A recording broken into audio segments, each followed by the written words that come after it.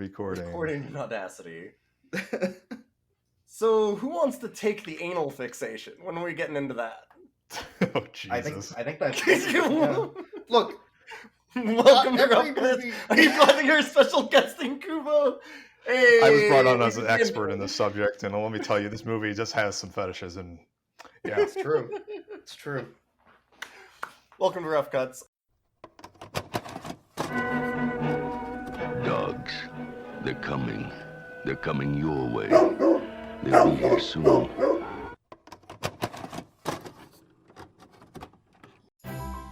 Tell you what, sweetheart, this one's gonna make you proud. What is it? It's a robotic dog. Check this out. Nice invention, Dad. Well, I'm still having some power source issues. What is it you're working on? It's a recharging super battery. Whoa, Tom, you're a genius. Did you see that? Family, may I introduce to you Robo-Dog. Robo-Dog? I am Robo-Dog. I'm Illian. I am Robo-Dog. Of course, we've always got my co-host, Boix. Hello. And today we have special guest, Kubo. Hello. I am here for this. You picked this. I did pick this. Yeah. Honestly, when I picked this one, your destroyer. You asked me to think of a movie for this, and I was like, oh, I remember there was a guy who made his dog into a robot. But I can kind of mix this with like two other really shitty dog movies I also had. Because I thought the dog got hit by a car in this one, and that's not how the dog dies. The dog dies in a way worse way. Oh yeah, it's so it's much way worse than that. Oh my god.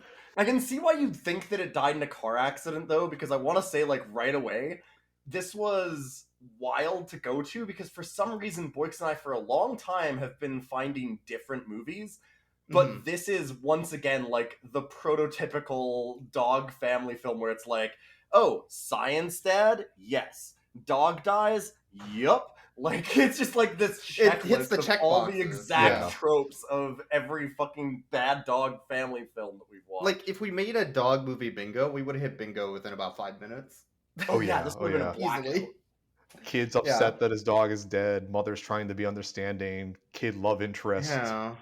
The only thing it's missing is a single parent. Yep. Yeah. Yeah, usually one of the parents is dead, too. I mean, the mother looked dead inside. Does that count? The mother looked like she was high most of the time. Like she was, she was super understanding and just chill about everything. Maybe she was just Didn't on give a edibles shit the about whole anything. time. Like she's a wine mom without the wine. Yeah, I was like, I think I even Yeah. made a joke when we were watching it. Like she would just open up a bottle of rosé like midway through the day. Yeah.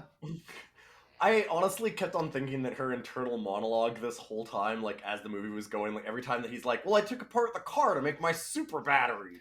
That she was just sitting there like, oh, that's fine, honey. And in the back of her mind, like, I'll just have that divorce in about like a month. Like, it's just like, it's okay. I've already solved all of this. She should definitely have a glass of wine in every scene, and every time he says something, she's like, uh-huh, and then just takes a sip, right? She's unbelievably checked out. She's just done. Can we go back to the anal thing?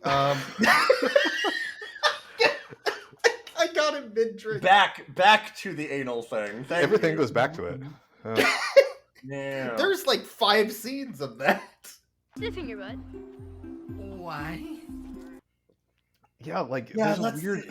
the fetish thing. Sorry, that's also a checklist for the bad family dog movie. How many pictures of this woman's feet have we had? Weird. Well, if we're going to go into the anal thing, I think we need to give some context here. The dog has a feature list, and of the features that the dog has is the ability to like run really fast and like a giant, I don't know, Inspector Gadget arm that comes out of the side of its body. And it also has GPS and flashlight eyes, and also a vacuum cleaner that sucks through its ass. Through its asshole. Yeah. And this is used several times in the film to comic effect, and I put that in heavy air quotes.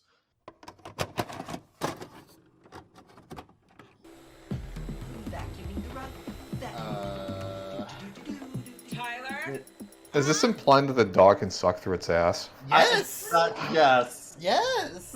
Yes. I asked you to clean your room, not Robo-Dog. What's the difference? Well, the difference is that your dad made you a dog, not a maid that you could use to clean your room. Then why did he install a vacuum in his butt? I have no Yes! That's an incredibly good question. I think we should dive into that later. Let's see. Why did he? goddamn good question. Because what I need you to do right now is take Robo-Dog outside. And it's a major plot point. Yeah. That it has a vacuum ass. And then the dog is trying to learn, the robot dog is trying to learn how to become a dog. So obviously it watches other dogs do dog things, which includes sniffing butts, because that's what dogs do. And the dog thinks that, of course, this is normal bonding behavior, so he tells the kid it should sniff its friend's ass. Yeah. Chloe. Who is Chloe? She's a girl I like. Have you sniffed her butt yet? Do you want to sniff her butt? That's out of the second date. Just please be quiet. The dad seemed to like it when Robo-Dog sniffed his ass. What do you think? Yeah, the about dad it? was into it. Like he didn't. He seemed shocked, but it was a pleasant shock. Robo-Dog, show Dad that you like him. Sniff his ass. Jiminy Got him. Tyler, you told Oh, me to do that right God. Robo-Dog, cut it out. Did I? Dad discovers he likes something new. now. How you show affection to humans. How do they? Robo-Dog's getting new uses that I do not like. I love that all of you are going on about, like, the dog sniffing ass stuff, but nobody, absolutely nobody wants to handle the fact that there is, in fact, a joke, and I use that really heavy, of a bumbling sidekick just giving this dog a rim job in the middle of the street because of the vacuum in front of a child and her mother, who called the police. You call the police and bring them over to get the pervert. Yeah.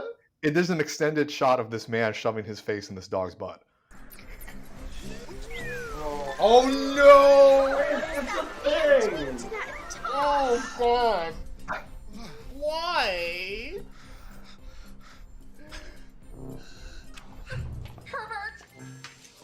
What? Eating out a dog's ass, huh? Oh yeah. Mm-hmm. Yeah. What the fuck? Dude. Is that actually a crime in Florida? I'm wondering this now. Like, It might be is that on the legal. books? No, that might be legal. Yeah, I would think it is. Yeah. Yeah. It's Florida, who knows? It should be a crime pretty much everywhere, I would think. I don't know. Florida's kind of the Wild West about that sort of thing. Like, okay, so you have a robot dog. What features does your dog even need, right? Like, the features of this Robo-Dog are way expanded what is required. Yeah, this is a feature creep thing, but I would assume that, Yeah. I mean, if we're going for wish list ideas here, number one should be, I don't know, human empathy, maybe? The dog doesn't seem to have any of that. You can't give the robot empathy, then it won't murder. That's true. How you get sell the Boston Dynamics. Yeah. They are trying to sell this to Raytheon, as we talked about. Yeah. Yeah. Like at the end of this thing is very much going to riot control immediately. They gave it a fucking sonar weapon. They gave it a sonar weapon. It has mag clamps. It can It's like GPS capable, and I'm assuming it can laser target sight for laser guided bombs. You know, that's how. Oh god! night vision, heat vision. I don't know why it needs thermal. Fucking. It's funny that like both the dad inventor and Wallace Shaw's character don't understand like the actual implications of what they have brought into this world. No, nobody understands the implications of this. I mean, the bigger thing is that... Oh, go ahead. Go ahead. So the dad wants like a family-friendly dog, and Wallace Shaw wants to power the city, I guess, through his battery. But like, no one realizes that this is just going to be sold to the highest military contractor, and straight up just destroy some third world country someplace. I mean, maybe that's what the sequel's about, right? Or the other thing is, 'cause the plot idea here is that he makes a perpetual motion super battery, so infinite energy to power his Robo-Dog, which it's like, oh yeah, I've made infinite energy. What are you gonna do with it? Slap it in a fucking dog, I guess. I mean, he basically made the Tony Stark like battery.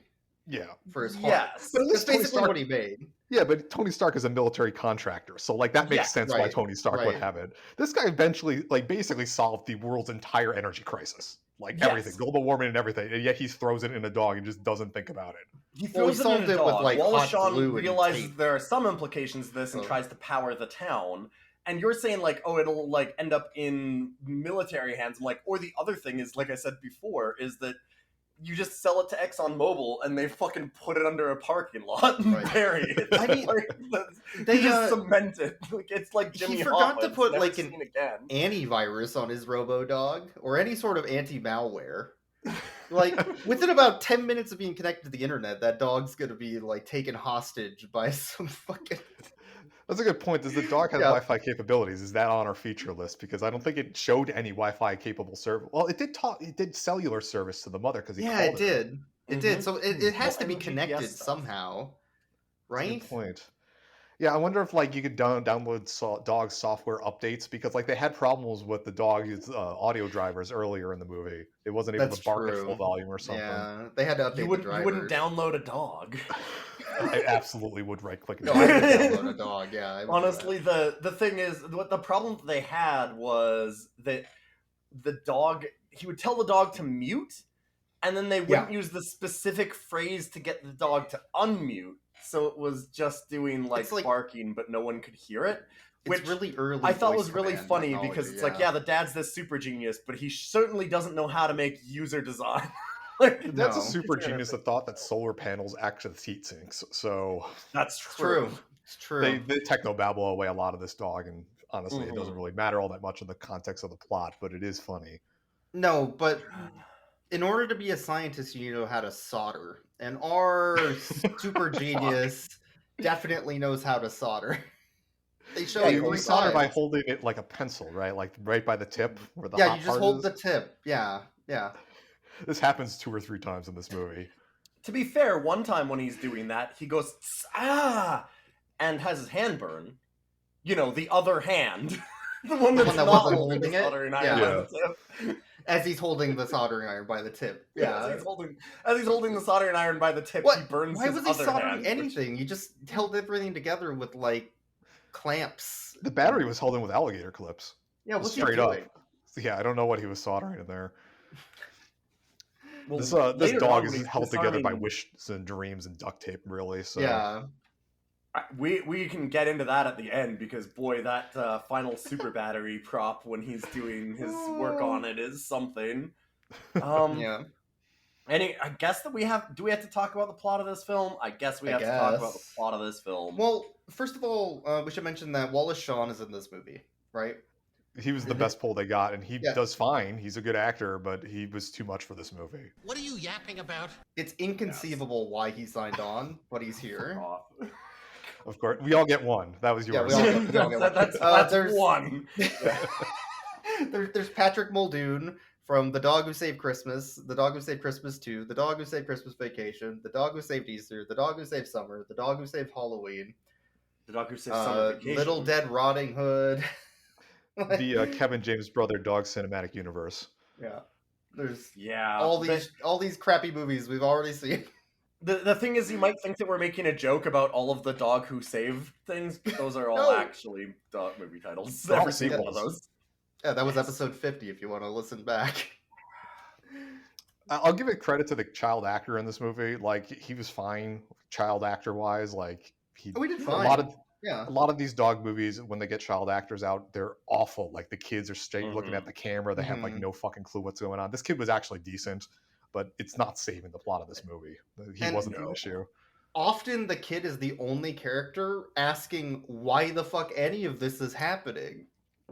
I will give the credit to the writers of this movie. When the dog starts talking and the wife sees it for the first time, she looks like she's about to shit herself. Yeah. So, at least they addressed that problem of the dog talking. Yeah. But yeah, I guess we could get into it. Okay, quick content warning: dog death. We're gonna talk about dog death. The dog dies horribly too. Like that's the thing I was saying earlier. Like I thought the dog got hit by a car because in 9 out of 10 of these dog movies, the dog gets hit by a car as the dog death. This was kind of brutal. It's brutal, and not it's like, kind of. It's like 15 minutes of death flagging this dog. This dog is 2 weeks away from retirement. Straight, yeah. Like what the hell? Like, isn't the opening scene is the child making a PowerPoint presentation of how much he loves his dog for its birthday. His dog that he couldn't think of a name, so he just called Dog. Yes, the dog is named Dog. And see, this works as a character trait for, say, Lieutenant Columbo because he's an airhead. But this this kid is clearly shown to love this dog in the movie anyway, yet he doesn't even bother giving it a name. Yeah. Also, the dog the dog they got for the acting, like, it does good tricks and things, but also it really doesn't want to be near this kid.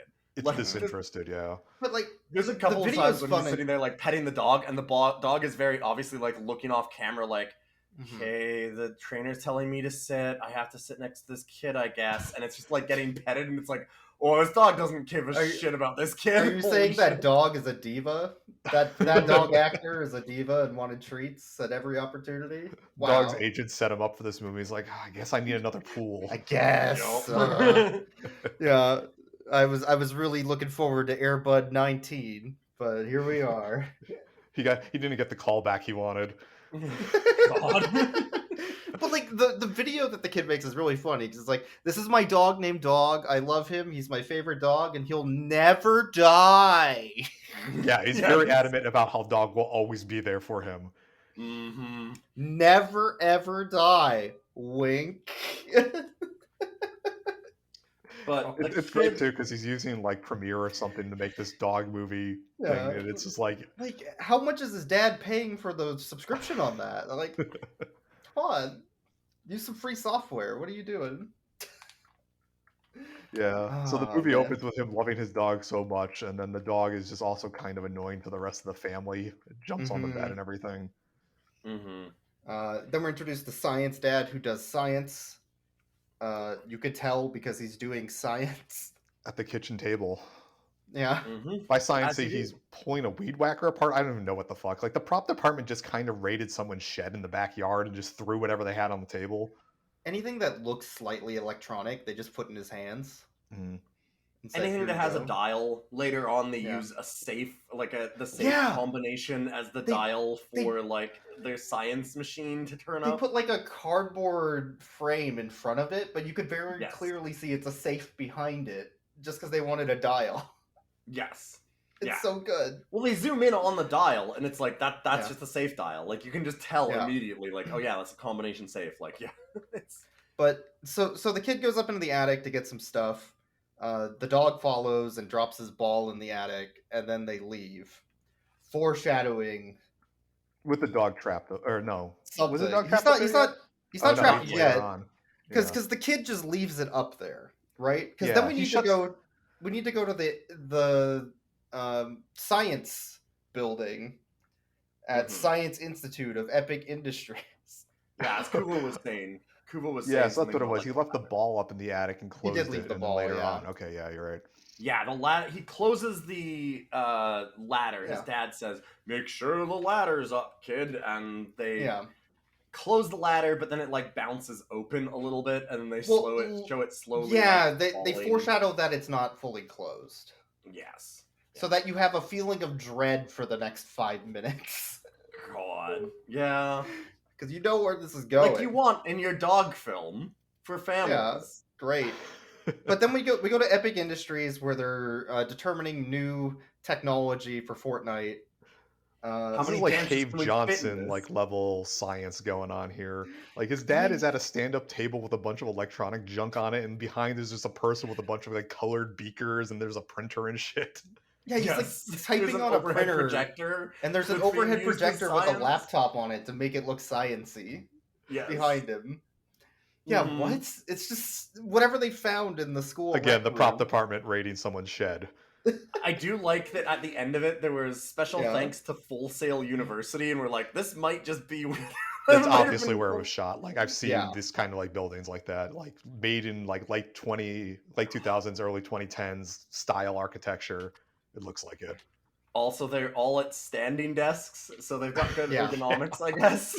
It's an open office. They're just desks in the middle. It's an of open this office, floor. but it's like in a foyer. Like there's this is like where people would walk to get coffee. It makes no sense. It's real good. It's real good. But so Patrick Muldoon is working on a super battery that defies the laws of thermodynamics. Oh yeah. Yeah, they just don't explain it. It doesn't matter really. It doesn't matter. It's just infinite energy. They found it. Yeah, but we're also introduced to Barry Belch, who is a very good boy. Barry Melch. Belch. I think. Belch sounds like he's from Duluth and has not left the city limits since he was born. Yeah. It's Melch. The boss calls him Belch because he's Barry Melch, and He's the Belch boss in my heart. You Yeah, don't he's a understand. very Belch. You can tell when this guy rushed for his fraternity, Yeah. he was the Belch. It's like nobody in Revenge of the Nerds calls Booger his real name. Yeah. Come on. Fair. But you were saying Barry, so I wanted to make sure that this was known. Right. But Barry yeah, he's done dirty is what I'm saying. He's extremely Midwestern. in this Florida Epic Institute. It's not Midwestern. He sounds like an extra from Fargo. He does, yeah. Yeah, like I could see like Buscemi shoving this guy in a wood chipper or something. Oh yeah, don't you know? So what you making over there? You got a battery? It looks like. Oh yeah, what you doing? Oh, I brought a casserole for you. Yeah. I'll watch the Vikings game later. Yeah. Oh, you were working on that. Well, I made this solar powered, scissors. You mean solar powered scissors? And like the prop for this, it looks like one of those like thermal temperature gauges, like one of those things you just kind of like shoot the laser at. But it has like these little, I don't know, razor blades just glued to the front of it. They just glued razor blades to the front of it. Yeah. I don't know. It's really bad. It's supposed to be like a weird. I'm wondering if it was actually a thing that was just like a wire cutter with like a finger, like a trigger on it, so you could put more pressure on it. Like it looked like it might be something like that, like a weird, like late night infomercial. Like, are you having trouble cutting your wires? Like it looks like a piece of shit like that. Well, they make that joke later. They call like it's the Epic Institute, not the Scene on TV Institute, which lazy joke. Yes. I mean, it kind of looks like a UPC scanner that they just glued some razor blades to. They glue they've definitely glued a solar panel to the top of it. So. Yeah. Or what they call a solar panel. That is an important plot point, that he has this awful scissor. With the solar panel. Yeah, and then we're also introduced to Wallace Shawn, who runs the Epic Institute of Epic Industry Science thing, who is also bringing in a contractor from Japan. I think it's an investor. Or an investor? Yeah, an investor. An investor from Japan who he wants to impress with their inventions. Yeah, he wants to get funding. So they tell him, I believe Belch tells him, about the battery. And then he says, okay, cool. Get that battery working by this weekend so I can show it to him on Monday. See ya. Oh, you're breaking the third law of thermodynamics over here, huh? All right, get that done by Monday. See you then. Like, wait, what? No, sir. Sir. Does his contract stipulate that he has to work on weekends when allowed to? Because, like, most people... I don't know, yeah. I mean, if he's salaried, generally, no. But there's a whole bunch of contract-related issues that I'm sure a lawyer could probably go deep into on this movie. I mean, the characters in this movie forgot about the contract stuff until halfway through anyway, so it's fine. I'm sure none of them know how a job works. It's okay. But okay, so after that, we go back to the house where a demon has unlocked the stairs up to the attic. Yeah, I'm watching this, like, I got the movie up right here. The dog stares at the ceiling. The ceiling, like, the attic staircase just falls open. Like, he has, like, superpowers, or there's a devil or something. It's like a ghost or a demon wanted to murder this dog. Something. Right? Like, the house is haunted. It's called The Filmmaker. Right, the attic... Oh, man. Go on. I was going to say, the dog goes up into the attic because apparently it wants the ball it left in there. Yeah.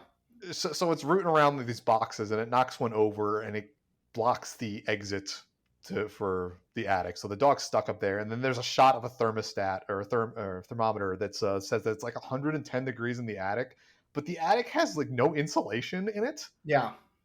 So like I'm wondering how it got that hot. Because it's an unfinished attic. You know what happened? The demon brought a heater up there. Oh yeah, the demon's presence is just hot. Heater. Yeah. This is starting to feel a lot like House on Haunted Hill. Spoilers, by the way, for House on Haunted Hill. Yeah, like where it's just like, oh, the house is hungry, it feeds. Don't go in the attic. The attic that kills people. This attic. Go. Yeah. The thermos is only 95 degrees, which is hot. Don't get me wrong, but like I feel that like a dog could probably survive in that for a bit. It doesn't matter. Bit. The house roasts this dog alive in the attic. They literally cook the dog. That's the film. I don't even. The top dog is about a ghost dog. The insulation. Oh my god. No! Yeah. How's that attic 100 degrees on an overcast day with no insulation? What? Are they...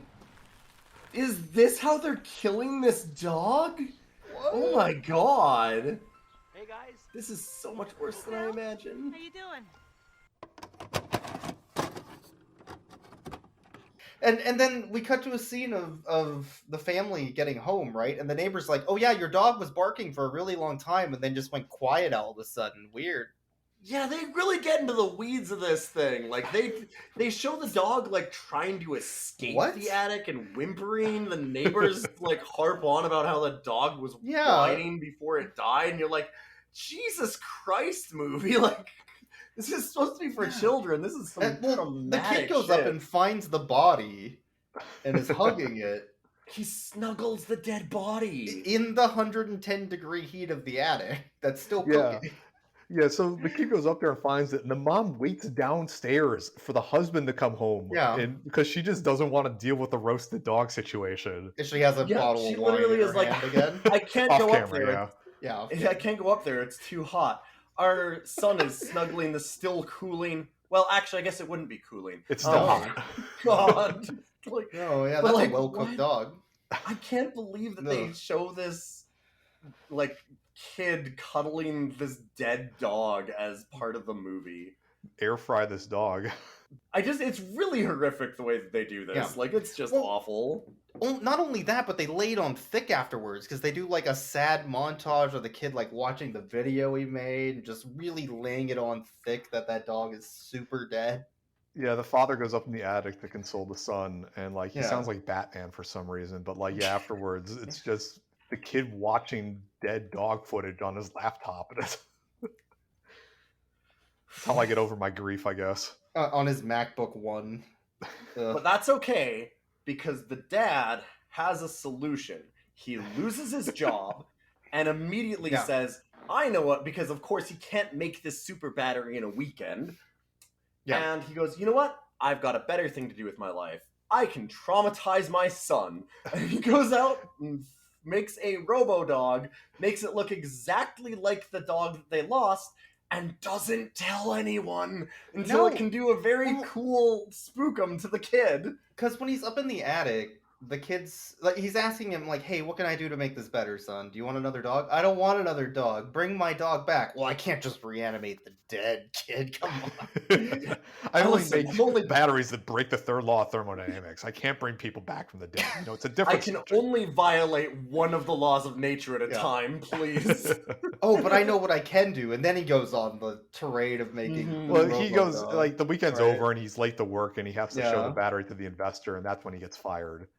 Right. Not ready. Because it's not ready and it, like, explodes and electrocutes them. Yeah, there's a really bad, like, Looney Tunes shot of them getting zapped.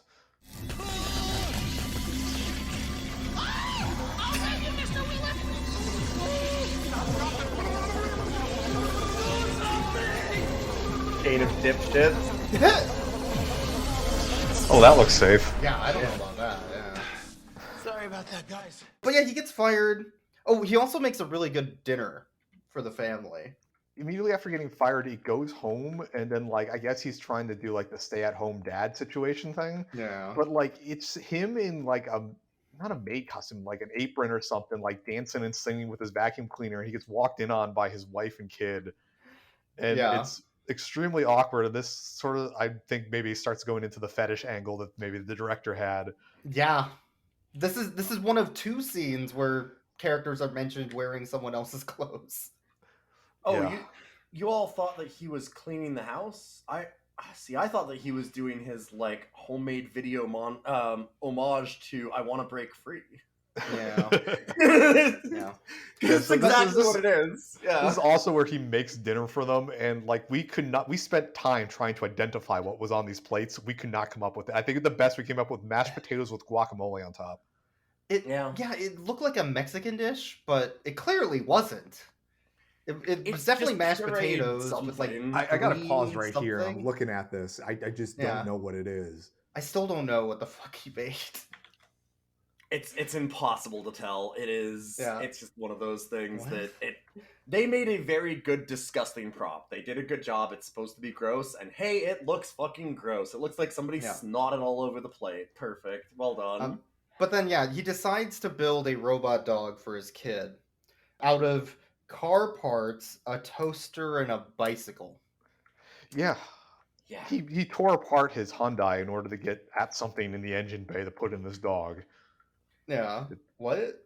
I mean, that's not everything. He also apologizes to Grandma for destroying her mink.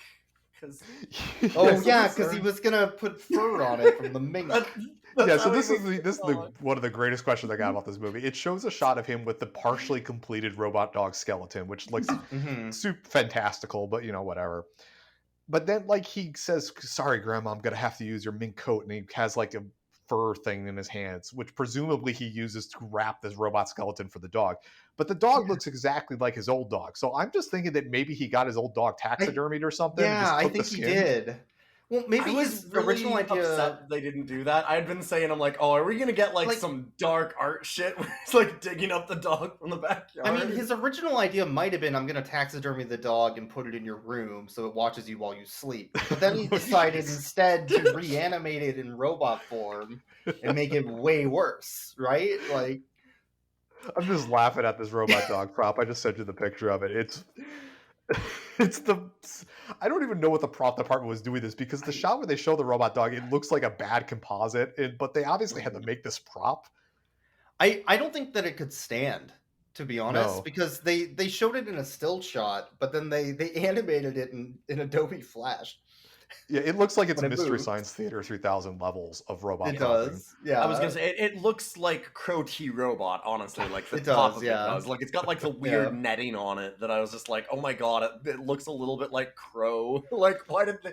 I'm wondering if they almost did that as an homage, but No, that would yeah, be too it's clever. bad, yeah. Yeah, so he's trying to figure out how to get the dog to move and not tween animation to death. And then Belt shows up with all this stuff from the office, including the battery that he made, which then is exactly what he needs to power the robot dog, but he just needs some way to, counteract the explosion part of it. And of course, a solar panel will work. Yeah, he said it kept overheating, and solar panels are what you use to prevent things from overheating, of course. So, Yeah. Stop. I mean, I know this is a show made Yeah. for kids, but still, like, even Yeah. like the briefest of thought about this. I would just like to point out that the thing in solar panels is solar, not heat. just as an aside. Sun's hot, though. Might be wondering. Yeah, sun's hot. True. Oh man! So after building the dog, he just releases it into his son's room while his son is cry watching the video of his dog he made again. I gotta say, like, when this kid, this kid's gonna need some therapy. And I just want to know, like, how big that bill's gonna be, because this is like what him seeing his dead dog talk to him is maybe one of the lesser traumatizing things in this film. Because like, as he's watching the video, he reaches down unconsciously and pets the dog. But he's like, "Wait, oh god!" Yeah, like at first he's like, "Oh, the dog's here. How is that a thing?" And then the dog starts talking, and he like flips out because his dog is talking, like you would do. Yeah, this is the worst prank from the dad. Like the dad just like jumps in the room and is like punked. Like the dad God, your dog was alive. Yeah, you remember your dog? I skinned it. Whoa. What the fuck? And the mom is freaking out about it too. Yeah, it's so. I mean, this like, is she's horrified for a terrifying second. thing to do to Yeah. your kid. Yeah, I think she realizes that if she continues to be freaked out, this is going to cause more trauma towards her child. So she likes, oh yeah, it's cool dog. Honey, I gotta speak to you. Cool dog. Hey, remember that divorce we talked about? I think we're gonna have to move that one up a notch. I need to go get some more edibles for this. She is the chillest wife of all time, because he comes home and he's like, "Oh, I lost my job." And she's like, "I'm doing pretty good at the office." He's like, takes the sucks car for apart. you. Like, she drives in and the one car is like disassembled. Yeah. And she's like, what are you doing to the car? And he's like, well, I need to take it apart to do science. She goes, all right. Like, walks inside and you're like, she's just like this, huh? And then later on, he's like, oh, my wife's gonna be so mad at me. I'm like, there's nothing in this film, dude, that's backing that up. Right, yeah. It's funny rewatching this. Like, I watch it as we're talking about it. Like, she's like happy with her husband, and then like as the scene ends, she kind of looks disappointed. Like, there's an undercurrent of her just being traumatized and wanting out of the relationship throughout the entire thing. I'm sure she's gone through just as much trauma as the kid at this point, but it's like a different kind. It's weird. But like at this point, the kid is talking to the dog and be like, why are you a robot dog? I don't know, because I'm a robot dog. Why do you look like my dog? I don't know. Isn't that kind of fucked up? That you look like my dog? Yeah, the dog is doing the whole AI, like, I don't know that I'm a dog. What does a dog mean? What is love, you know? Mm-hmm. And the kid's trying to be like, you gotta bark, you gotta act like a dog, you gotta blink and everything, and the dog's just not getting it.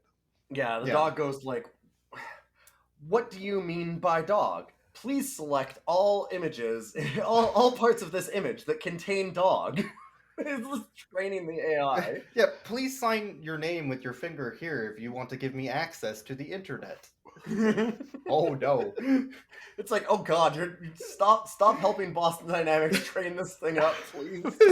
Like, you realize that facial recognition software you're putting in this thing is like, not for good use. If that dog went on the internet for 2 minutes, Age of Ultron would have happened.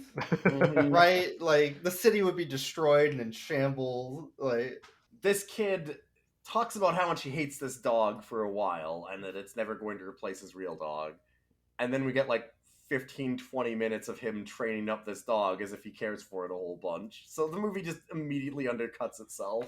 Yeah.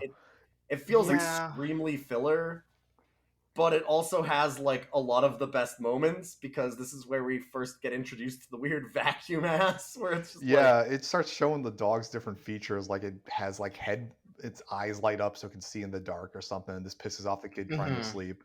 But then, like, he's supposed to clean his room, and he's a kid. He doesn't want to do that. So he goes and is playing video games or whatever, and the mom's, like, hearing stuff coming from his room, and it goes in. The dog's dragging its ass along the carpet, and it's making vacuum noises, and she is terrified.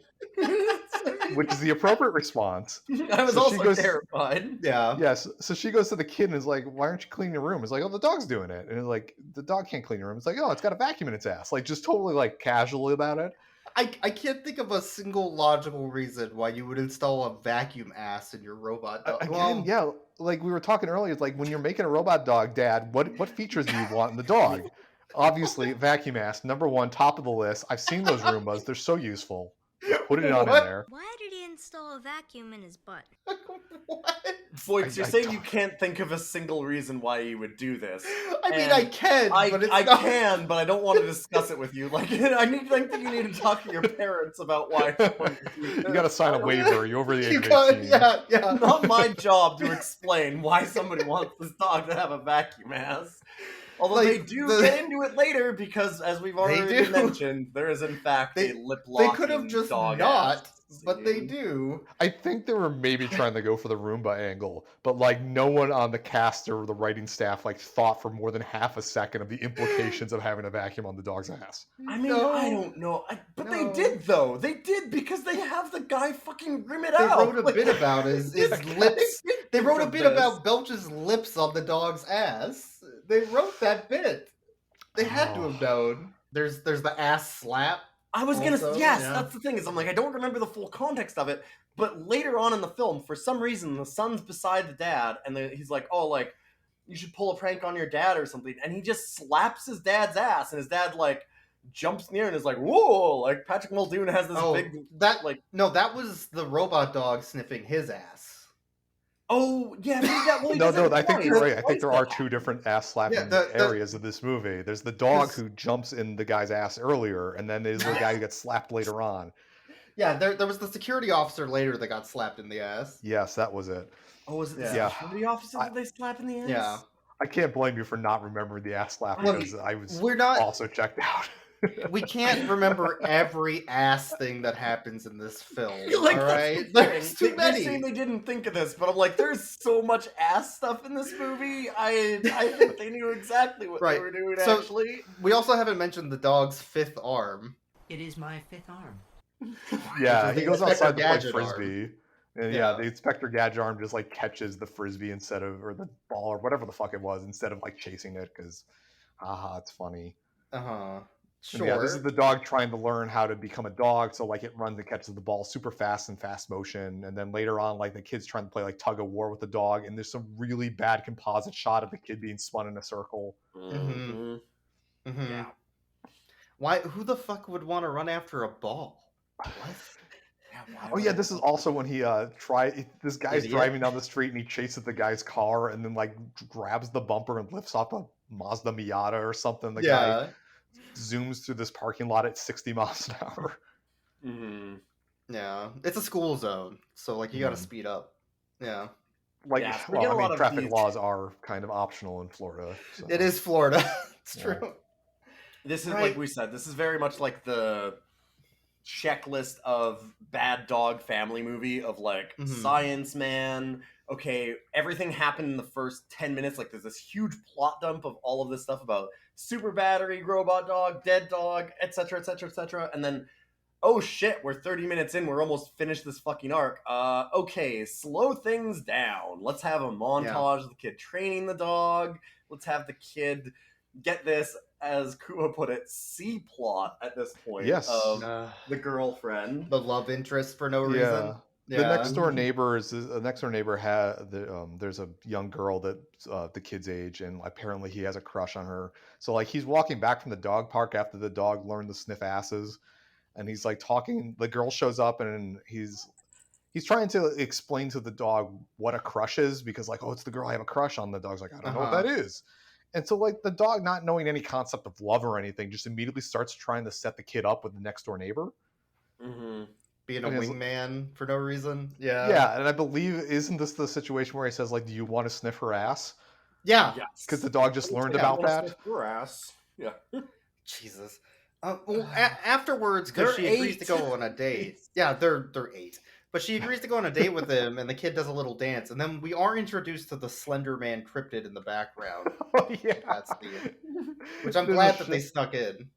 Yeah, there's a shot, like a far shot of just the kid Yeah. talking, and there's a guy walking in the background. He totally disappears in the next scene. And he's like, it's a really super weird thin silhouette. and tall. Yeah, it's it's a really creepy. tall, skinny man who has like he's got some kind of like pack around his waist, so he's got like these this huge waist silhouette. Like it's just a weird silhouette in the background, and it's only for a second because in the next scene it's just gone again because of course these are all different times. No, it's not different times. The cryptid disappeared after killing one of the crew. You don't understand. They caught that on camera. The horror aspect coming in. Oh, this is so great. She just asked me on a date. Oh my god. That man disappeared. Hold on, go back 10 seconds. So great. Oh, there's Man in the background. Yeah. Yeah. Wait. Yeah. okay. Disappeared. So not only did he disappear, but he looks kind of lanky, right? Like that's a cryptid. He's at least 6.5 feet tall. Why is there a cryptid in the background? What?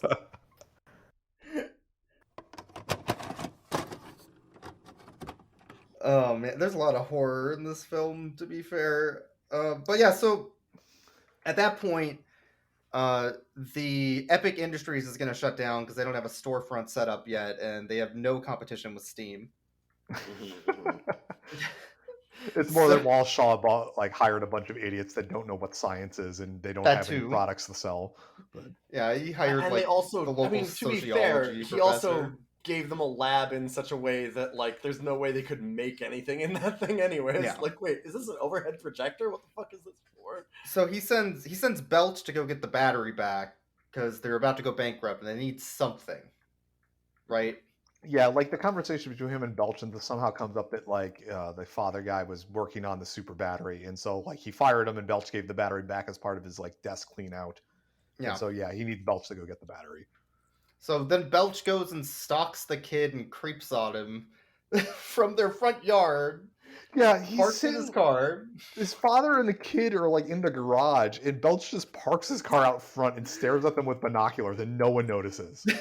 What? Which also doesn't make a lot of sense considering that Belch at like various points has gone over to their house and like he's obviously friends with the dad. Yeah. Like he's talked to the dad and been like it seems like they're work buddies. Like Yeah. when he comes over to give him his stuff because he's cleaned out his desk, he's like, well, here's your super battery, and like, oh yeah, you could use the solar panel as a heatsink. That's really cool. You're very smart. I think it's one of those situations where the father really doesn't have any friends, but he kind of considers Belch his friend at work because he just doesn't know anyone else and doesn't hang out or associate with anyone else. Yeah. Yeah. But at the same time, it's definitely one of those situations where like he doesn't need to look at their house through binoculars. He can just walk up and be like, hey, boss wants the battery back. Like, right. But we need to make sure that we understand that Belch is a creepy pervert. Yeah. Oh That's my God. important. So this kid goes with his dog on like the kid's bike doesn't work because he stole parts from it or whatever. So he takes the dog with him on his date downtown, which by the way cuts from this Floridian home to like a B-roll of like a New England town, which is makes zero sense to me. But yeah, he meets with the next door neighbor girl, and they go into a dog boutique for the next 30 minutes for no reason. And the dog stays outside, and the dog's like in silence mode. Like, the dog's turned off. Dog.exe has stopped working. Yeah. Yes. And so the dog stands there, and Belch is following the kid. Obviously, they get the dog battery back. And we see this comedic, and again, heavy air quotes here, scene for the next 10 minutes of him trying to get the dog into his car. Yes. Which consists of him, trying to lift the dog because the dog apparently is 5,000 pounds now. Tying the dog's neck to his bumper and trying to drive off with it, which, if that did work, would have ripped the dog's neck apart. Yeah. Oh, yes. Yeah. Eventually, we get to the dog down sniffing asshole scene. Yeah. Hey, Ilion, do you want to talk about the dog assholes? So Belch welcome. leans over to try and grab the dog, and he accidentally turns on the vacuum, to which a mother and child walk by and go, oh my God, is he giving that dog a rim job? To which, yes, the movie is saying, yeah, absolutely, he sure is. They go far enough that he pulls his lips off, and they have, like, red all over his lips because he's been vacuumed to the ass so hard. Like, they show... Yeah. He's got chapped lips from rimming this dog so hard. Yes. Jesus Christ. This fucking film. Why? And then he gets chased off by two police officers after trying to rip the dog's head off and having his bumper fall off. So he throws it all in the back of his car, drives off. The kids come out of the building and turn the dog back on. And then he's just there again. I'm like, he like GTA'd his car instantly. Like, they had like a shop around the corner and he just recolored it. And they were like, the cops were like, where'd he go? Oh, I could also just see the Floridian police just not giving a fucking... No, they don't give a shit.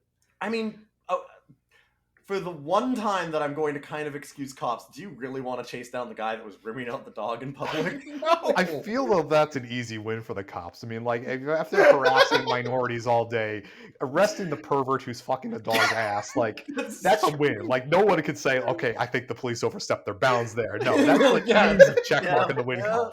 Right. But so he goes back to try and get the dog again, but now it's turned on, power-wise.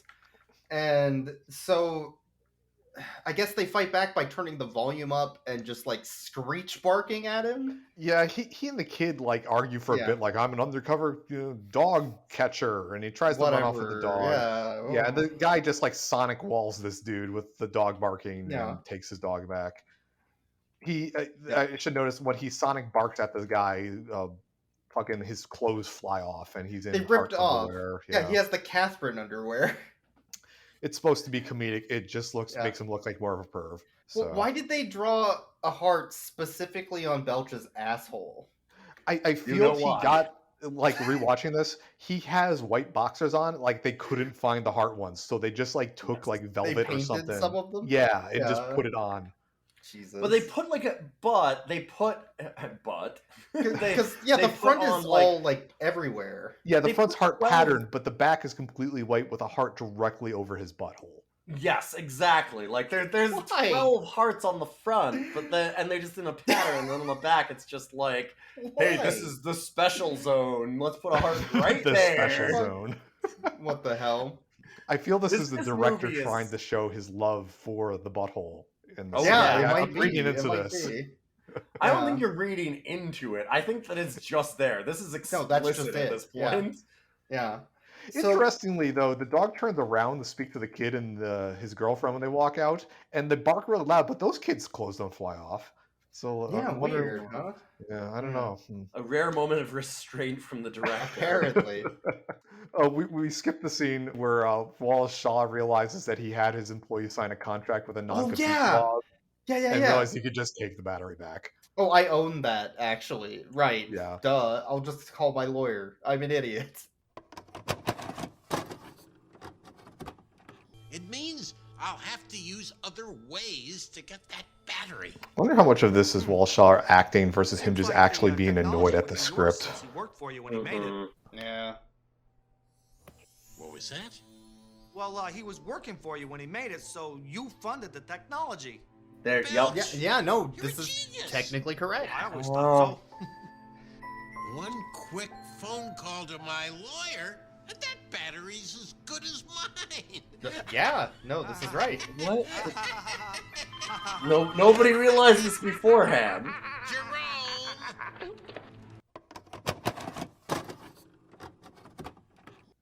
Right, yeah, I don't need to steal it back from him. He Yeah. made it at work with my money on company time. Yeah. He has no right to it. Yeah, and knowing this, he calls Yeah. up the father inventor being like, you should give the battery back. And the dad's like, no, I'm not going to give the battery back. And his wife is giving him the eyes. And then he's like, okay, that's fine. I'm going to get my lawyer on you. Yeah, and all that's right. the scene. You do that.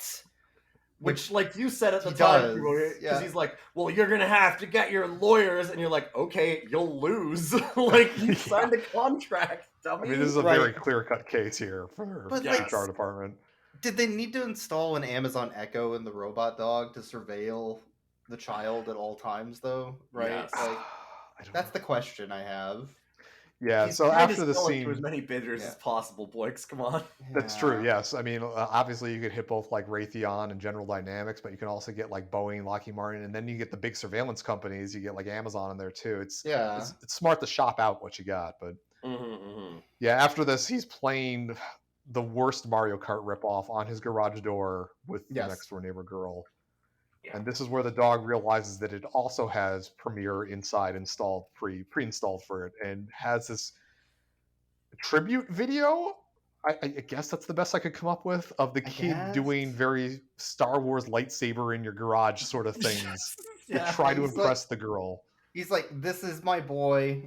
I love him and he loves me very much. And he wants to sniff that girl's ass.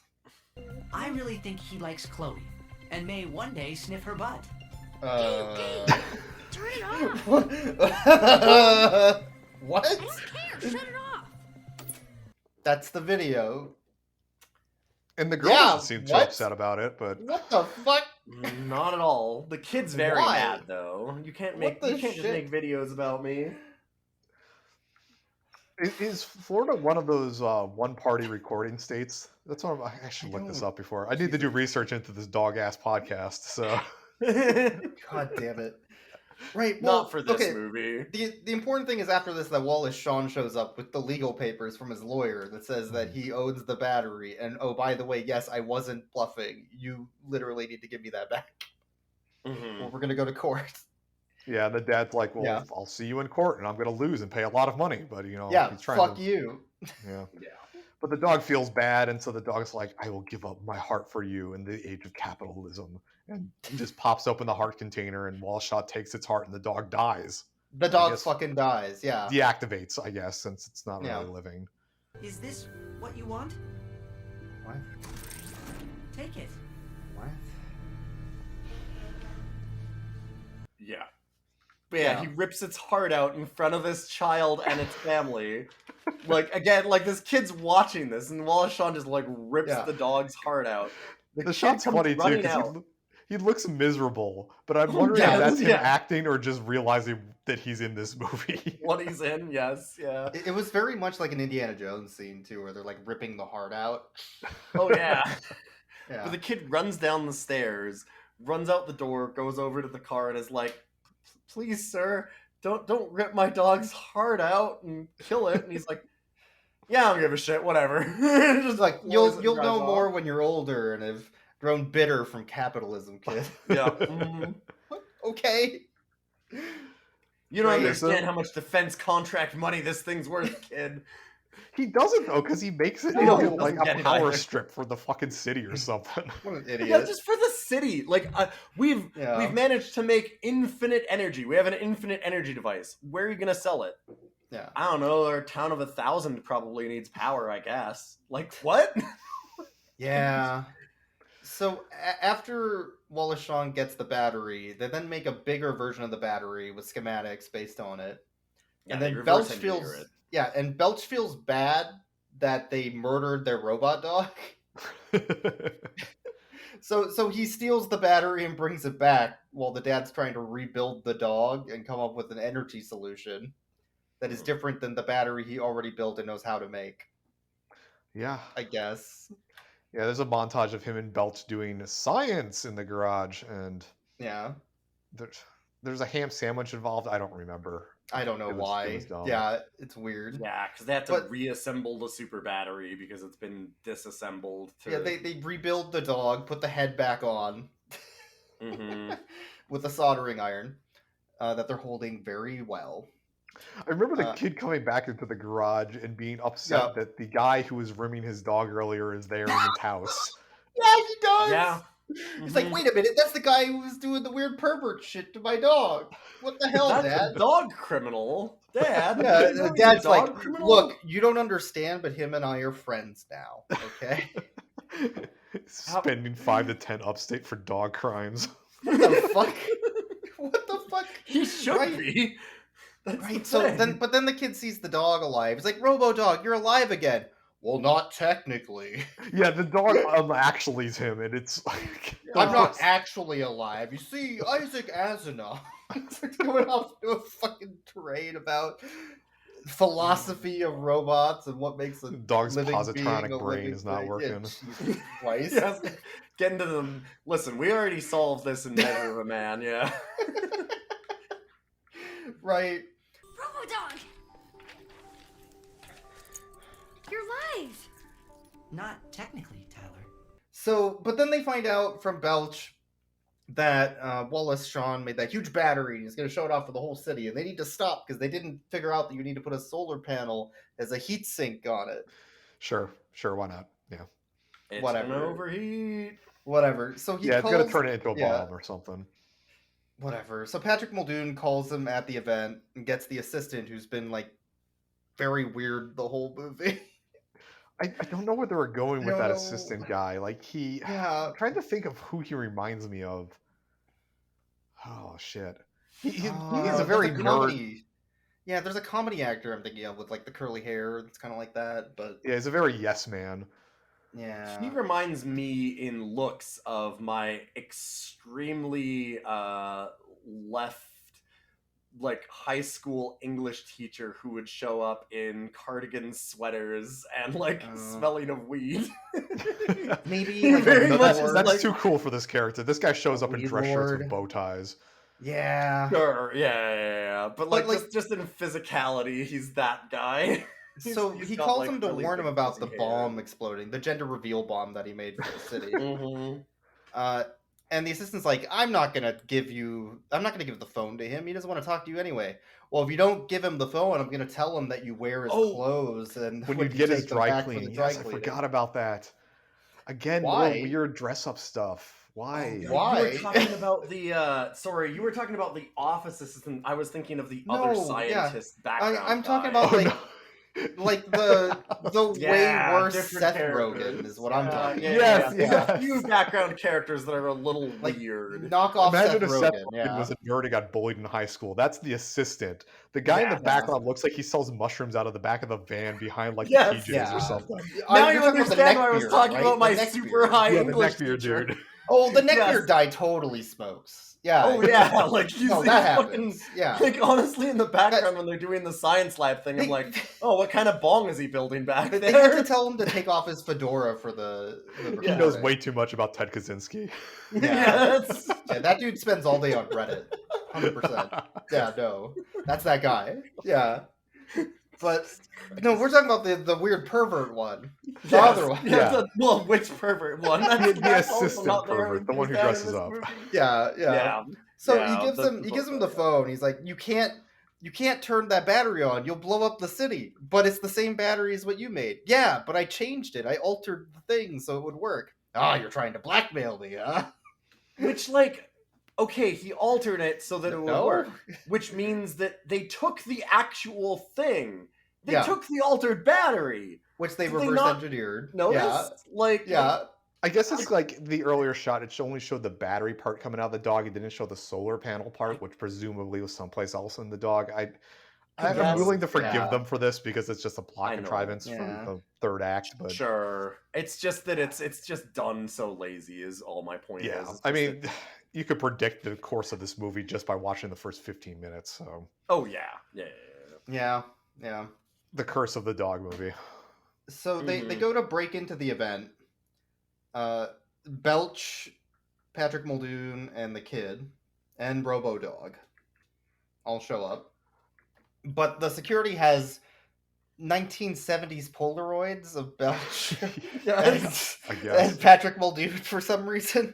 Yeah, which is they're like, person non gratis on the campus. I think it's photos that like their agents sent to the company for the film to get them hired or something. I don't know why they have these. Right, but they're stopping every person that looks like a pervert on the way in, and being like, "Hey, you that weirdo that was sucking that dog butt?" And the weirdo that was sucking that dog butt goes, "Here, I'll make a distraction." And they go, "Okay, sure."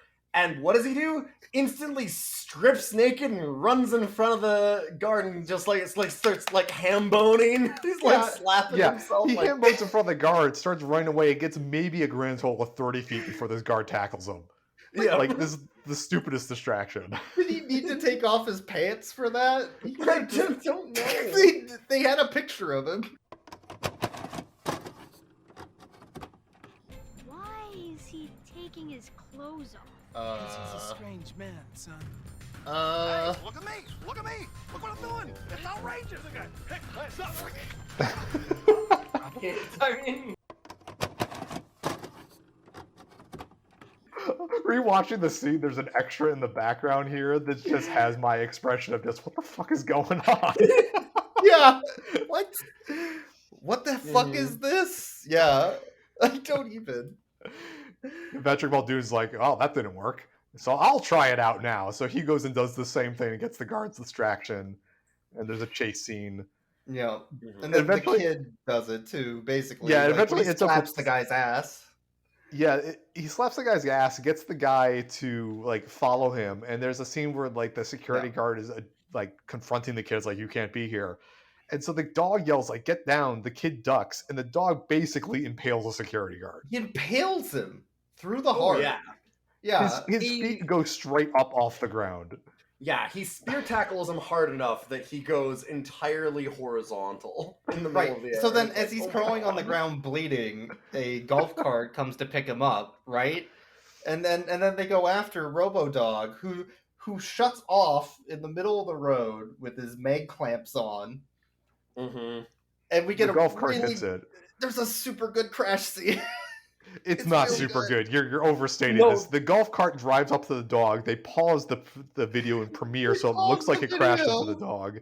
They do some after effects of shit going. He flies off horizontally because they put him on a green screen and rotated him 90 degrees. And then he hits the side of a garbage bin as he's reduced by about 40% in order to fit in the garbage bin as he crashes into it.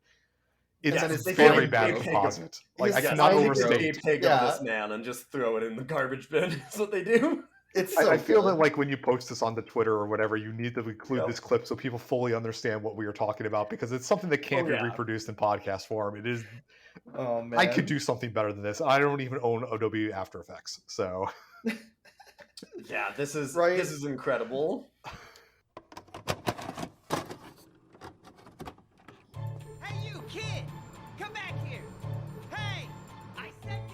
Hey, I'm acting. Hey, We're gonna get him. we got him.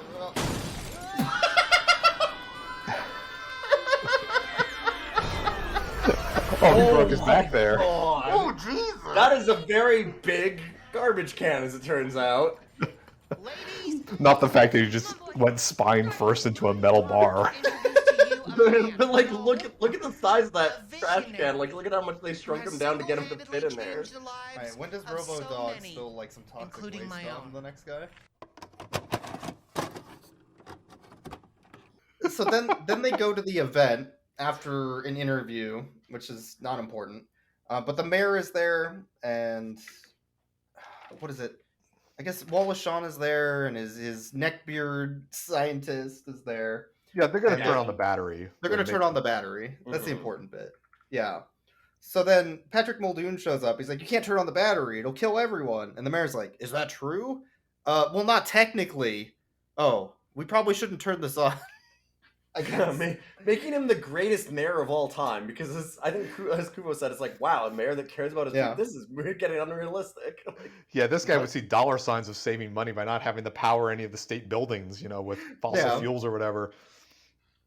Yeah. Also, this is the part where they have the audience participation time, because as the father is doing his everybody stand up and clap speech of, hey, you can't turn on the battery, the kid's like, listen to my dad, he's great. He's like, he invented the battery. And then there's a beat, and it's like, and people in the crowd are like, oh, he invented the battery? Like they missed a cue. Yes. Yeah, he goes, he invented the battery. And then you just go, the scene goes, he invented the battery. Oh, wow, he invented the battery. Whoa! And it shows like a reaction shot of everybody like looking at each other. Oh, he did? It's Trump. Yeah. Please listen to my dad. He created it. Yeah. Well, there's a good, solid, 1, 2, and then the reaction from the crowd. Like, it's just, it is so wooden. Yeah. And they do that a couple times because he's like, and then these people killed my dog and stole it. Oh, they killed his dog? Oh my god! Oh my god! This is the editor just totally botching the scene here. Like, not syncing the shit up properly. Well, at this point in the film, when you've been editing so long, do you really give a shit? It's Robo-Dog. That's true. We're in the last 10 minutes. Yeah. You did just throw a JPEG of a man, sized down into a trash bin. At this point, you don't give a shit about the audience reaction. No. So, we find out that they can't turn the gender reveal bomb off because Wallace Shawn removed the emergency kill switch to save money. To save money, specifically. Yeah. Mm-hmm. This is an anti-capitalist screed at this point, which is kind of great. What? I feel that's, however, that's like I always see the world through. So sorry about that, but. I mean, it is doing that pretty explicitly. He's like, how much more money can you save? Like, what a stupid thing to do to just save money. And it's like, yeah, okay, they're kind of making... Yeah. But it's very little, but hey, at least it's doing a little something somewhere. It has a tiny bit of a message. They can't emergency shut it off, but they can remove the fuses. So Patrick Muldoon opens up the fuse box of the gender reveal bomb and just jams his hand in on every fuse, one by one, grabbing them. Just nothing... No safety. Yeah, I was gonna say, you're kind of underselling what this fuse box and stuff is. I can see Kubo over there just ready to explode. Go ahead. I'm thinking about this from earlier. Earlier in the movie, when he needed to turn off the small dog-sized battery, Wallace Shaw and 2 of the lackeys tried grabbing it. They all got electrocuted, very badly. Yeah. The dad is now trying to grab the fuse box of this, car-sized battery. The thing's huge. He would just be vaporized. He would not be there anymore. And he's just willy-nilly pulling out these Mountain Dew cans of electricity just out of this fuse box and just chucking them. Yeah. Yeah. And while Wallace Shaw stands behind him, totally incredulous. Yes. Yeah. He's doing it barehanded, and he's just fumbling every single one of them. As he's pulling them out, he's going he's doing this slapstick routine where he's like, whoa, yeah, he's hot potatoing them. And they're hot potatoing them, and it's just... They're loosely taped in there. Yeah, I was gonna say, they're Velcroed in on one side. They're half falling out already. This prop sucks. It's so bad. So bad. But one of them gets stuck. So then it's up to Robo-Dog to save the day, who uses his... This may be the funniest scene in the entire fucking movie here. It's so good. It's so good. He uses his fifth arm to Vulcan neck pinch Patrick Muldoon and pull him away from the fuse box. And then he tackles in JPEG format a JPEG of Wallace Shaw to the ground. To give you an idea, Wallace Shaw's doing his Boris "I am invincible" from like GoldenEye thing with his hands above his head, and the dog comes off screen right, hitting him and just moving his body to the left. Yeah, he's got fantastic. arms. He's just like so his good. arms are both It's so just good. up.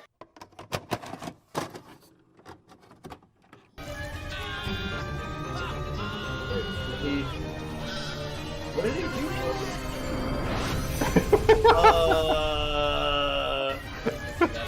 Sorry, what? Like, did he just shove the dad down slightly? Yeah. What was that?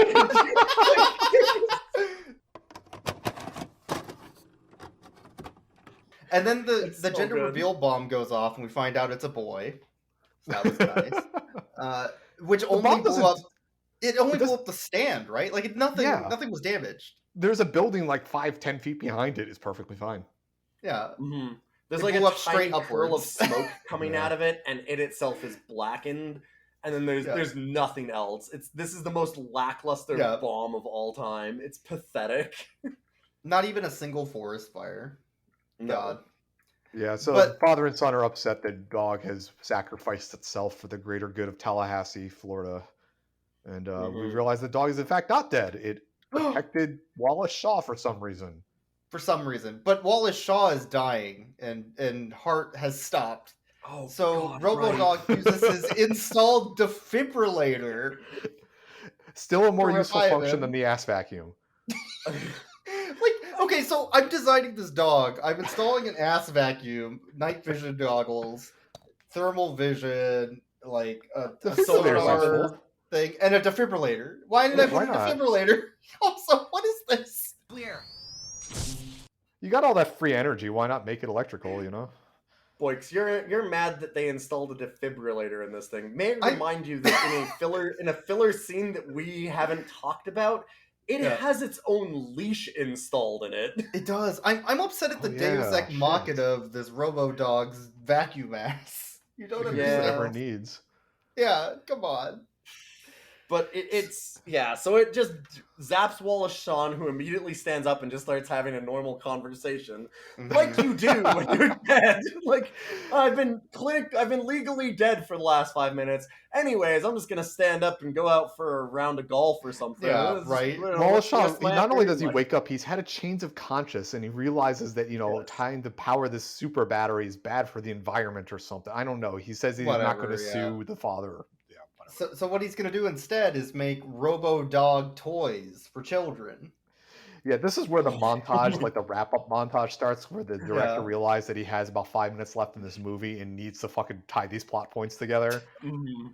Yeah, so we see a montage of like newspaper clippings and shit. Yeah. So like after his community service for almost blowing up the town with his gender reveal he got charged with reckless endangerment with a W. No. It was reckless inventorship. It was not endangership. He was recklessly inventing. Yeah.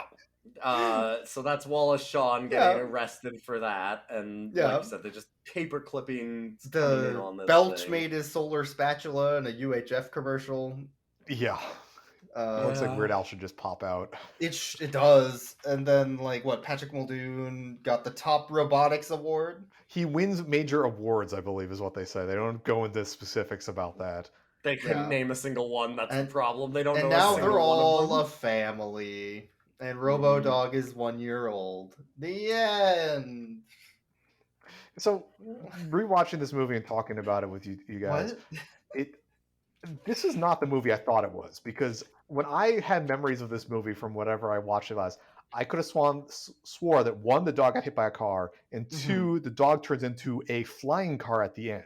And now I'm realizing that I misconstrued this with the second movie. So spoilers on that part. That could be it. Because there is in fact a sequel. There is, yeah. And I remember the last shot of the sequel, and it's very bad. So If you ever need man. follow up to this one, there is that sequel hanging over your head. I hope they bring the vacuum back. I don't know. Like, there are so many just moral quandaries in this film. Like, this entire film is a moral quagmire of AI. Yes. What? Yeah. Like, Yeah. No, in reality, basically every invention and thing that they talk about in this, you're like, well, that's a weapon system. Oh, that's a weapon system. Oh, that's a bomb. Like, it's just like it's like, yeah, this is all. Like 5 minutes after the end of this film, like they do that montage, and then 5 minutes after that, there's like agents busting in the doors of every person in this film and like whisking them away to CIA black sites so they can like everyone in this film is going to therapy afterwards. The mother of the kid definitely deconstructing this. Yeah, like they definitely divorced. Right? Yeah, the actual ending for this film is a much bleaker one. Like, what do you think about what the implications Yeah, of all like that? the end of this film is he's grilling in his front driveway while Balshaw's like, we're all great, you work for me again. And yeah, like fucking Raytheon would fucking come up here with a check and like, we own you now. Yeah, buy this person wholesale. And like, well, like, I mean, if they didn't, like I said, the U.S. government would just like honestly just black site these people. Like they'd just be never heard from again. Just nationalize this. Yeah. And at the very least, the dad should be in the hospital for multiple hand burns from both the soldering iron and the fuses. I think the father and son should both be in jail because they murdered both of those security guards. Yeah, they did. Yeah. One guy broke his back at least. They're just fucking dead. They never came back, did they? No. Also, speaking of things that never came back, hey, we kind of dropped that whole thing about the love. girlfriend, huh? Yeah, the C plot. That's not important. They needed that to fill in about 10 minutes. It just stopped. It's just goes done. away. Sorry, there is one more scene after Robo-Dog committed Sudoku. She walks by and the kid's looking at her through the window and she's like, "Oh, you don't have a Robo-Dog anymore." Oh yeah. And then walks off. She was only dating him for his. He was only in it for the robot dog. Yeah. I mean, it's got a vacuum ass. That thing's banger. God. Right. That's the last time she shows up in the film. Yeah, just to show pity on him for his dog dying and how she wants nothing to do with him anymore. Great. Wait, what a she... film. Yeah, that's.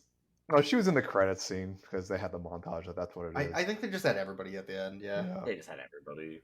Just because. Yeah, so that is Robo-Dog. Boys, how would you like? Are we gonna do the final thing? Do we need to rate this dog? Let's rate the dogs. So we got to rate Dog, the dog named Dog. Who's the real? That only shows up for about 20 minutes. Yeah. Dog wanted to be in a better movie, and Dog's agent really dropped the ball. The dog was competent, but he didn't feel like it needed to be there. Like sometimes you can tell that there's some sort of like bond between the actor dog and the actor person, but this dog was just there doing shit for treats. So yeah, I would say Dog phoned it in, but that is the proper thing to do in this film. I would give Dog a 10 out of 10. Just a very laid back, easy 10 out of 10. So you're saying that the dog's agent dropped the ball? In the attic? In the attic, and then he got roasted to death in the attic. Yeah. I feel like this dog was fire, really. This dog was really hot. I just, I did like Dog. This dog is really, really cute, and as Kuma was saying, it felt like this dog was angry at its agent. It didn't get the role that it wanted. It was really hoping to be an Airbud 10. Called the callback, Disappointed, it missed the callback. It's just disappointed to be in this film and just kind of zombies its way through it.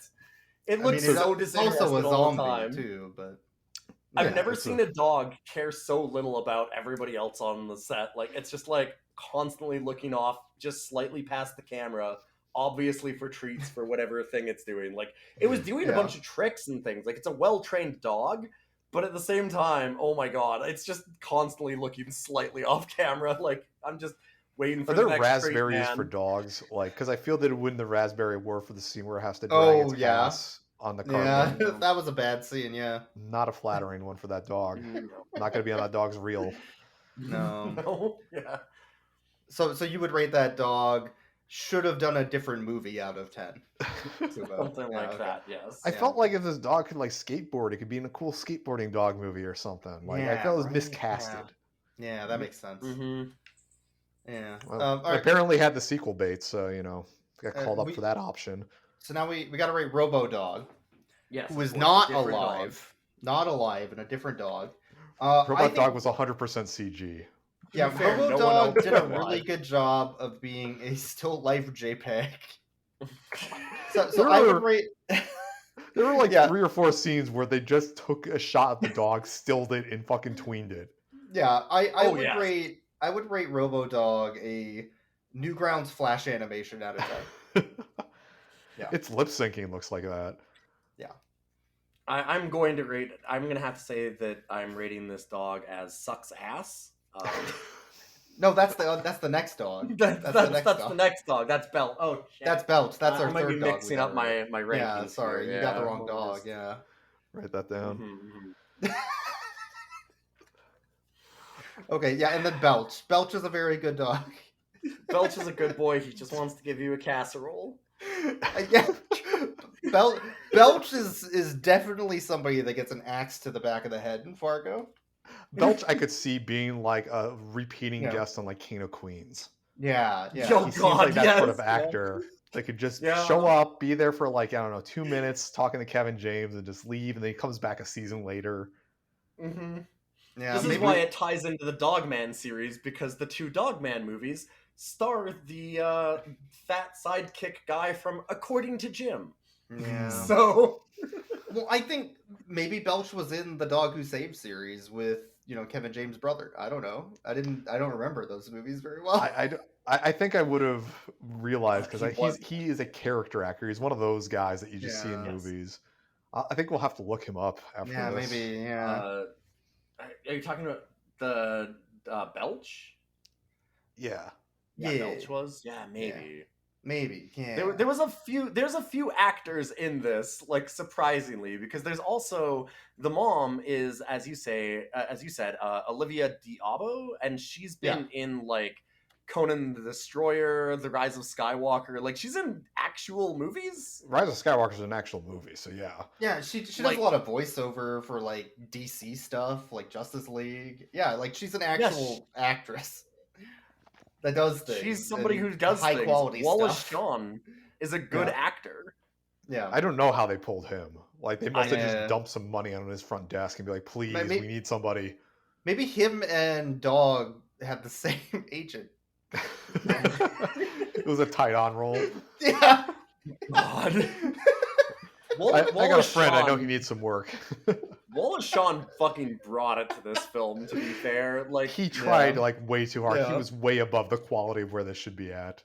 He's a consummate professional, was what I got from Wallace Shawn from this, because there's a few scenes where you can kind of see, like you said, you're like, is he annoyed? Is he acting annoyed, or is he annoyed because he knows how bad this is and he's stuck here? Like, I feel that like him and Tim Curry are in the same field. Of like, it doesn't matter what they're in; it could be complete garbage, but they'll bring their A game because they're professionals. Yeah, that makes sense. He pulls it off real well. Wallace Shawn is always a treat, but boy, in general, this movie is full of acting. Well, that was Robo-Dog.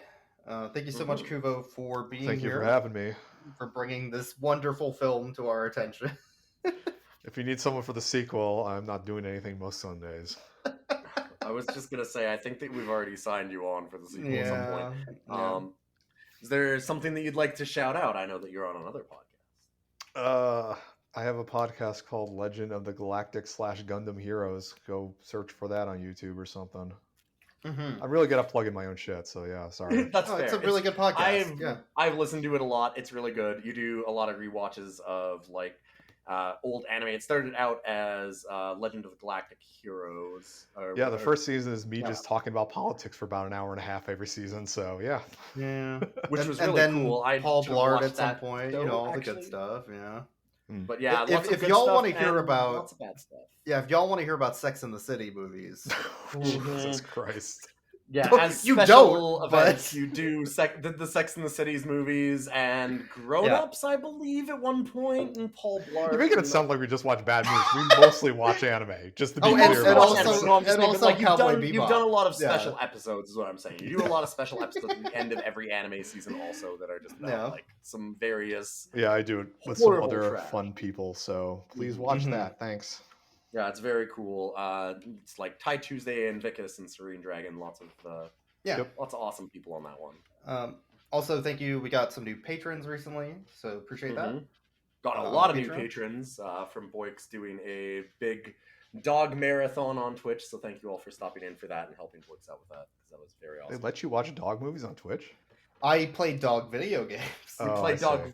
Yeah, you played dog football. I know a guy who got banned from Twitch for watching movies. So. Oh, gotcha. Yeah. You can do watch parties. We could maybe do that sometime, but Amazon Prime does let you do that. Yeah. Yes. Thanks everyone for being here. You can always check out our Twitter also, which you will want to do this time because we're going to put up some of those more visual moments that we were talking about. Some of the tweening and the JPEGs are very worthy of some GIFs, so we're going to put some stuff up on Twitter. It's Rough Cuts Cast. We also have that as our Gmail, so roughcutscast@gmail.com if you want to send something into us. And besides that, we will see you next week. Yeah, I've been working on this Robo-Dog too, so the last step I got to do is just upload to the internet to connect it. So I'm gonna go ahead and do that. I'm sure there will be no problem. Like, dogs love the internet, right? I Yeah. don't see any problem. Yeah, let's start in Audacity, and then you can take the intro. That's cool. Oh, okay. Yeah, you're the one who came up with this. You're talking about. By the way, you're the one that's going to have to talk about this anal fixation. You're the anal expert here, not me. Jesus Christ. Oh, jeez.